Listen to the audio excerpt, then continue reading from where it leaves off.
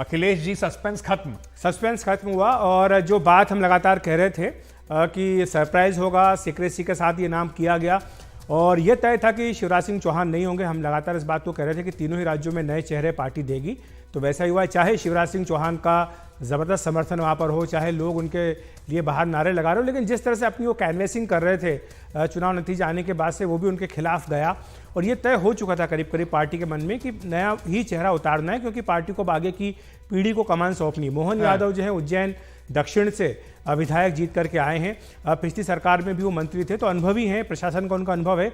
और जो एक लो प्रोफाइल व्यक्ति चाहिए होता है राज्यों में कमान संभालने के लिए, वो उस सांचे में बिल्कुल फिट बैठते हैं। क्या ओबीसी समाज से आते हैं? हमने ये भी आपको याद होगा जिक्र किया था कि यही बात हमारी सही निकली है कि ओबीसी समाज से ही कोई बनेगा मुख्यमंत्री। इससे पहले आप कह रहे थे कि ओबीसी समाज से ही कोई मुख्यमंत्री आएगा, वो बात बिल्कुल सही निकली है। पर अखिलेश जी, क्या शिवराज, जैसे आप कह रहे हैं, शिवराज सिंह चौहान की एक जो खुद की पॉपुलैरिटी है और चुनाव जीतने के बाद जिस तरीके से बहुत जल्द वो बाहर आए, उन्होंने कहा, मतलब एक लग रहा था कि मैसेज भेजने की कोशिश कर रहे हैं कि देखिए मुझे ही मुख्यमंत्री बनाया जाए, क्या वो उनके अगेंस्ट गया? वो भी आपको कुछ इस तरीके के संकेत लगते हैं? मुझे ऐसा लगता है कि बिल्कुल गया, और जो कि उनको इस बात का आभास भी था अंकित कि उन्हें नहीं बनाया जाएगा। शायद इसीलिए सबसे ज़्यादा वो हाथ पैर मार रहे थे। उनको लग रहा था कि ये एक मौका है।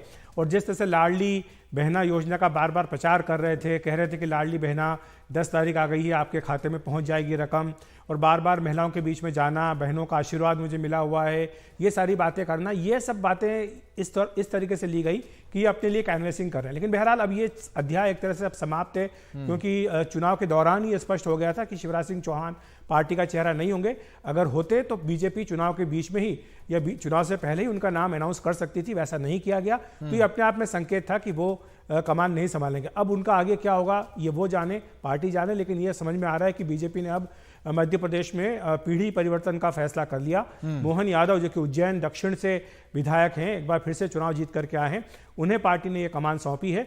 तो जो ओबीसी समीकरण की हम लगातार बात कर रहे थे कि छत्तीसगढ़ में आदिवासी को बना दिया, मध्य प्रदेश में ओबीसी, क्योंकि यहाँ पर 50% से अधिक आबादी ओबीसी की है। और चाहे उमा भारती हो, चाहे बाबूलाल गौर हो, या फिर शिवराज सिंह चौहान हो, बीजेपी ने अभी तक ओबीसी ही दांव यहाँ पर पिछले कुछ वर्षों में 20 वर्षों में चला है। तो एक बार फिर से बीजेपी ने ओबीसी फैक्टर को ध्यान में रखा है।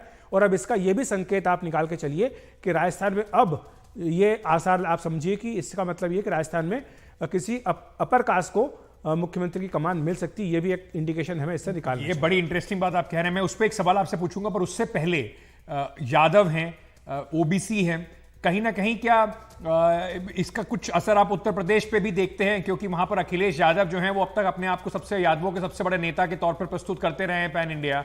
तो क्या एक खबर और मैं आपको दे दूं जो अभी सूत्रों के हवाले से मिली है, मैं आपको बता दूं कि ये एक खबर और आ रही कि मध्य प्रदेश में भी छत्तीसगढ़ की तरह 2 उप मुख्यमंत्री हो सकते हैं। और जो नाम आ रहे हैं सामने, जगदीश देवड़ा और राजेश शुक्ला, ये 2 नाम आ रहे हैं जो कि उप मुख्यमंत्री हो सकते हैं।